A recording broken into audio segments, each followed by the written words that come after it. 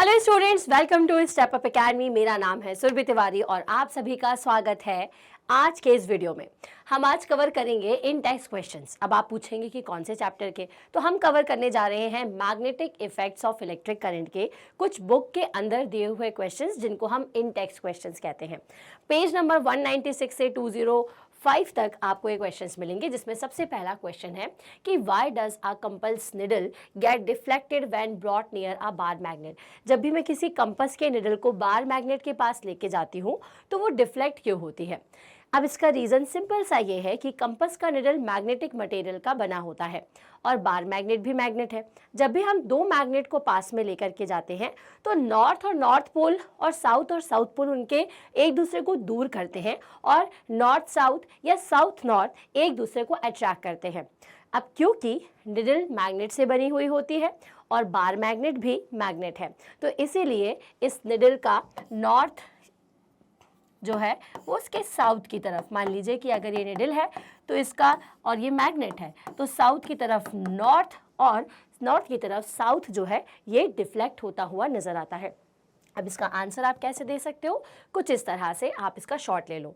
The magnetic field of the magnet exert force on both the poles of the compass needle. The force experienced by the two poles are equal and opposite. These two forces form a couple which deflects the compass needle. Clear है? Now next, draw the magnetic field lines around a bar magnet. अब bar magnet के around magnetic field line आपको बनानी है।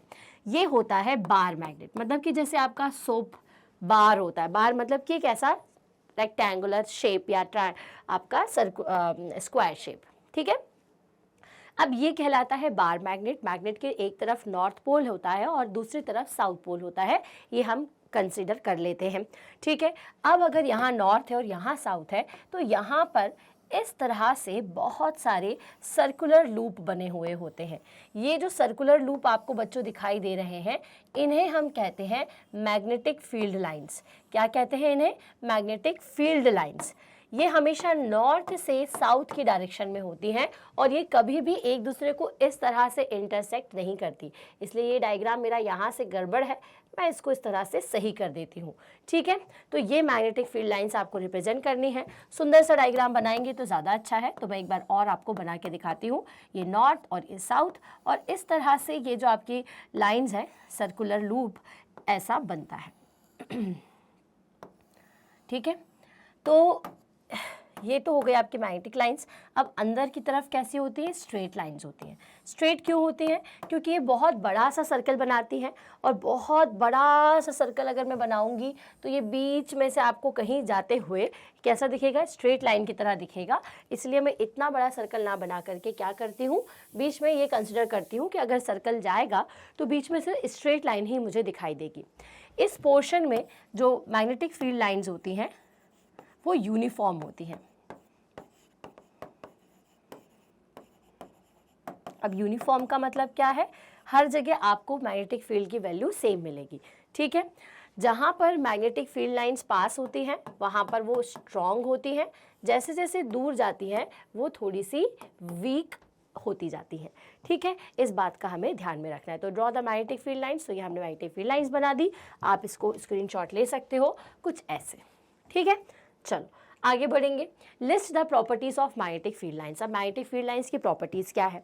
सबसे पहली property ये है कि मैग्नेटिक फील्ड लाइंस हमेशा नॉर्थ से साउथ की तरफ जाती हैं।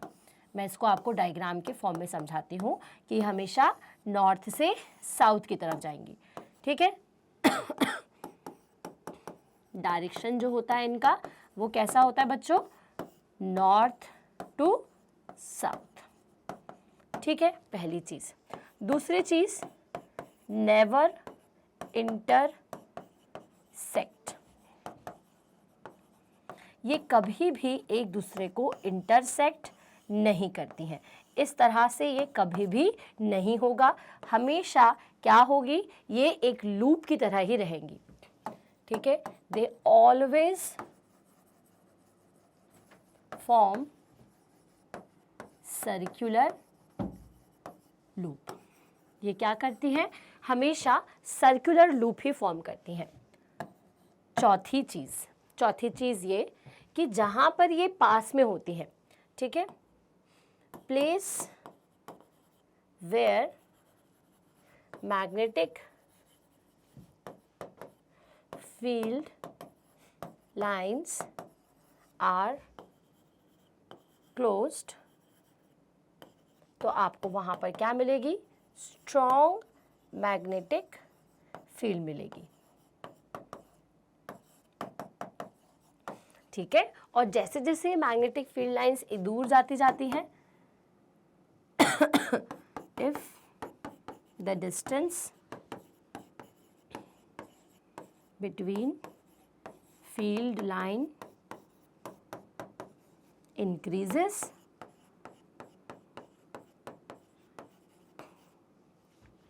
strength become low। ठीक है, तो ये कुछ मैंने अपने शब्दों में लिखा हुआ कि किस तरह से आप ये 5-6 प्रॉपर्टीज याद रख सकते हो। तो ये सारी प्रॉपर्टीज होती है मैग्नेटिक फील्ड लाइंस की। ठीक है, आप इनको उतार भी सकते हैं, जैसे magnetic field lines originate from north pole of magnet and ends at it south pole. हमेशा ये नॉर्थ से स्टार्ट होंगी और कहाँ पर जाके एंड होती है बच्चों? साउथ पर ही एंड होती है। यहाँ से इस तरफ से जाएंगी और यहाँ से इधर, और हमेशा नॉर्थ से south. The magnetic field lines become closer to each other near the poles of magnet, but they are widely separated at other places। इसका मतलब कि पोल के पास ज़्यादा मैग्नेटिक फील्ड इसलिए होती है क्योंकि ये मैग्नेटिक फील्ड लाइन यहाँ पर एक दूसरे के पास होती है। Two magnetic field lines do not intersect each other, जैसा मैंने अभी आपको बताया। अब नेक्स्ट क्वेश्चन है कि why don't two magnetic field lines intersect each other?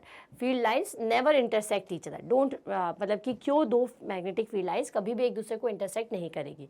अब मान लिया हमने कि चलो एक बार इंटरसेक्ट करा के देख लिया, ठीक है। अब अगर मान लीजिए कि मैंने इंटरसेक्ट कराया तो मुझे 2 डायरेक्शंस मिलेंगी, विच इज़ नॉट पॉसिबल, क्योंकि अगर इंटरसेक्शन होता है तो मुझे 2 रास्ते मिलेंगे और वो कभी भी मैग्नेट के केस में नहीं होगा, क्योंकि मैग्नेट में जो मैग्नेटिक फील्ड लाइंस है वो हमेशा नॉर्थ से साउथ की डायरेक्शन में ही जाएंगी। ठीक है, so this is due to the fact that the resultant force on north pole at any point can be only in one direction. ठीक है, but if the two magnetic lines intersect one another, then the resultant force on north pole placed at one point of intersection will be along 2 direction, which is not possible. Now consider a circular loop of wire lying in a plane of table. So let the current passes through the loop clockwise. Apply the right hand rule to find out the direction of magnetic field inside and outside the loop. अब आपको ये बताना है कि अगर ये एक circular loop है, कुछ ऐसा, बीच में से इसे खोल देते हैं। मान लीजिए कि यहाँ पर इस डायरेक्शन में करंट जा रहा है, ठीक है। अच्छा, क्लॉकवाइज करंट जा रहा है, तो क्लॉकवाइज मतलब कि क्लॉक कैसे चलती है आपकी? इस तरह से चलती है। तो ये मैंने क्लॉकवाइज डायरेक्शन में करंट को बना दिया, ठीक है। क्लॉक कैसे चलेगी? ऐसे, है ना। तो ये मैंने इसी डायरेक्शन में करंट को यहाँ पे बना दिया है। अब आपसे ये पूछ रहे हैं कि अगर यहाँ ऐसा करंट जा रहा है तो इसमें मैग्नेटिक फील्ड इनसाइड और आउटसाइड कैसी होगी, ये आपको बतानी है। चलिए, तो हम इसे कैसे यूज़ करेंगे, कैसे हम डायरेक्शन बताएंगे? तो हम यूज़ करेंगे राइट हैंड थंब रूल का। बच्चों ये याद रखो, है ना। राइट हैंड थंब रूल का यूज़ करोगे और बताओगे कि हर पॉइंट पर कैसी डायरेक्शन ऑफ फील्ड है। इसके लिए क्या करना है? कुछ इस तरह से इस डायरेक्शन में, जिस डायरेक्शन में आपको एरो दिख रहा है ना बेटा, उस डायरेक्शन में अपना थंब रख दो। और आप देखो इसको, अगर तुम वायर को ऐसे देखोगे तो ये कैसा आ रहा है? आपके हाथ किस तरफ मुड़ रहे हैं? अंदर की तरफ। और जिस डायरेक्शन में फिंगर्स रैप होती है, बंद होती है, उस डायरेक्शन में आपको एरो बनाना है ना। जैसे अगर ऐसे जा रहा होता, जैसे मैंने ऐसे रखा, ठीक है, ये देखो ऐसे रखूँ चाहे ऐसे रखूँ, हर केस में कैसा हो रहा है? अंदर से बाहर आता हुआ। मतलब अगर ये यहाँ पर एक, इसको अगर मैं पकड़ी हुई होती है इस वायर को, तो इस पॉइंट पर एक ऐसा सर्कल बनता और डायरेक्शन कैसी होती? ऐसी। ठीक है, यहाँ पर देख लेते हैं, यहाँ पर भी सेम डायरेक्शन है, यहाँ पर भी सेम डायरेक्शन है। अब इसको अगर मैं पूरा बनाऊंगी तो ये यहाँ से ऐसे जाता हुआ और ये ऐसा जाएगा, ये ऐसा जाएगा। यहाँ पर भी बना लेते हैं ऐसा, और ये ऐसा यहाँ पर बना लेते हैं। तो ये थंब देखिए, ये अंदर की तरफ आ रहा है, तो ये ऐसा और ऐसा। यहाँ पर भी अंदर बाहर, ठीक है, अंदर बाहर। और यहाँ पे भी क्योंकि अगर थंब को मैं ऐसा प्लेस करूं तो ये अंदर से बाहर आएगा, मतलब यहाँ से यहाँ आएगी, ठीक है, ऐसे, ठीक। चलिए, तो अब देखो हर केस में क्या हो रही है, अंदर की तरफ क्या हो रहा है, अंदर से बाहर आ रही है, ठीक है, और बाहर से अंदर की तरफ जा रही है। इस तरह से हमें मैग्नेटिक फील्ड मिल रही है। अब ज़रा आप खुद सोचिए कि अगर मैं इस लूप को बढ़ा दूँ, ठीक है, बड़ा सा मैंने एक लूप बना लिया, ठीक है, यहाँ पे, तो मुझे क्या मिलेगा, मुझे इस तरह से स्ट्रेट लाइन मिलेगी बीच में, ठीक है, और एक छोटे बार मैग्नेट की तरह बिहेव करेगी। और क्योंकि आपके यहाँ पर सारी लाइंस अपवर्ड डायरेक्शन में ऊपर की तरफ जा रही है और नॉर्थ पोल कैसा होता है, ऐसा, ये एंटी क्लॉकवाइज डायरेक्शन को और ये क्लॉकवाइज को रिप्रेजेंट कर रहा है, इसलिए ये जो सर्कल है, ठीक है, ये क्या करेगा, आपका यहाँ पर नॉर्थ और यहाँ पर साउथ इंडिकेट करेगा। तो इनसाइड और आउटसाइड कैसी डायरेक्शन है मैग्नेटिक फील्ड की, तो इनसाइड जो है, अंदर जो है लूप के, वो अपवर्ड डायरेक्शन है और बाहर जो है वो डाउनवर्ड डायरेक्शन है। तो जैसे आप फिगर को देख सकते हो, यहाँ पर एक फिगर आपको दिखाई दे रहा, अगर दिख रहा हो तो by applying right hand thumb rule we find that all the section produces magnetic field downward at all point inside the loop। तो लूप के अंदर हमें डाउनवर्ड डायरेक्शन में और लूप के बाहर हमें अपवर्ड डायरेक्शन में मैग्नेटिक फील्ड मिल रही है। Therefore, the magnetic field acts normally into the plane of paper at point inside the loop and normally out of the plane of paper at point outside the loop। तो magnetic field loop के अंदर की तरफ से और loop के बाहर की तरफ से निकलती हुई दिखाई देती है, ठीक है। The magnetic field in a given region, अगर एक बात और बता दूं कि अगर आप इसे बेहतर तरीके से समझना चाहते हैं तो मेरा एक वीडियो है सर्कुलर लूप में मैग्नेटिक फील्ड कैसे प्रोड्यूस होती है, उसे ज़रूर देखिएगा। चलो, the magnetic field in a given region is uniform, draw the diagram to represent it. अब भैया देखो, बार मैग्नेट है, नॉर्थ पोल और ये साउथ पोल। अब यहाँ से नॉर्थ से साउथ की तरफ इस तरह से अंदर की तरफ स्ट्रेट लाइंस जाती हैं, तो ये जो लाइंस हैं ये मैग्नेटिक फील्ड को रिप्रेजेंट करती हैं। और दूसरी चीज़, ये पूरी की पूरी यूनिफॉर्म होती है, हर जगह आपको जो मैग्नेटिक फील्ड की वैल्यू है वो कैसी मिलेगी, यूनिफॉर्म मिलेगी, मतलब कॉन्स्टेंट मिलेगी, एक जैसी मिलेगी, ठीक है। सो a uniform magnetic field in a region represented by drawing the parallel straight lines, जैसा आप देख रहे हो। For example, the uniform magnetic field line which exists inside a current carrying solenoid can be represented by parallel straight line pointing from its S pole to north pole, ठीक है। तो अगर मैंने यहाँ पर सोलोनाइड बनाया तो सोलोनाइड किसकी तरह बिहेव करता है, एक बार मैग्नेट की तरह ही बिहेव करता है। इसके बीच में आपको इस तरह से लाइंस मिलती है जो कि किस तरफ जाती हैं, नॉर्थ से साउथ की तरफ जाती हैं। और ये जो लाइंस है वो सभी क्योंकि एक दूसरे के साथ पैरेलल है, इसलिए यहाँ पर आपको मैग्नेटिक फील्ड भी यूनिफॉर्म मिलती है। Now choose the correct option. The magnetic field line inside a long straight solenoid carrying conductor is 0, decreases as we move towards its end, increases as we move towards its end and same at all points। तो अभी हम समझ चुके हैं कि solenoid के अंदर जो मैग्नेटिक फील्ड लाइंस होती है वो पैरेलल होती है। अभी थोड़ी सी शायद मेरी एनर्जी डाउन लग रही होगी क्योंकि थोड़ी सी तबीयत ठीक नहीं है, लेकिन मैं आपका सपोर्ट चाह रही हूँ और ताकि हम इसको अच्छा करें, ठीक है। तो बेसिकली क्या होता है कि सोलोनाइड के अंदर जितने भी मैग्नेटिक फील्ड जाती हैं वो सभी स्ट्रेट लाइन होती है और सभी एक दूसरे के साथ पैरेलल होती हैं। ये जो पैरेलल स्ट्रेट लाइंस हैं वहाँ पर आपको हर जगह सेम यूनिफॉर्म मैग्नेटिक फील्ड मिलेगी, तो इसलिए ऑप्शन नंबर डी इसका सही ऑप्शन है। आगे, which of the following property of a proton can change while it move freely in a magnetic field. There may be more than one correct option, mass, speed, velocity या momentum. तो proton जो है जब वो किसी magnetic field में जाएगा freely तो उसमें किस चीज़ में चेंज होगा, मास में, स्पीड में, वेलोसिटी में या मोमेंटम में। तो देखो भैया, वेलोसिटी और मोमेंटम चेंज होगा। ये एक क्वेश्चन है जो कि आपको जानना ज़रूरी है, तो ये हमने देखा। आगे बढ़ेंगे। In activity 12.7 how do we think the displacement of rod will affected if current in rod AB is increased, a stronger horseshoe magnet is used and length of the rod AB is increased। अब ये question में बेटा activity अभी यहाँ पर mention नहीं है, लेकिन इसका जो सॉल्यूशन है ये यहाँ पर आप देख सकते हो, जिसको आप स्क्रीनशॉट ले लें। आगे, a positively charged particle projected towards west is deflected towards north by a magnetic field. The direction of magnetic field is towards south, towards east, downward या फिर upward. तो यहाँ पे आपको ये बताया हुआ है कि अल्फा पार्टिकल जो है, पॉजिटिव अल्फा पार्टिकल जो है वो वेस्ट डायरेक्शन में जा रहे हैं।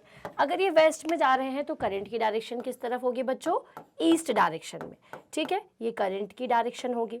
अब अगर करंट ईस्ट डायरेक्शन में है तो आपको ये बताना है कि the positively charge particle project towards waste is deflected towards north by magnetic field. The direction of magnetic field is, direction of magnetic field समझानी है तो हम यहाँ पे लेफ्ट हैंड रूल का यूज करेंगे। अब देखिए डायरेक्शन ऑफ करंट किस तरफ है?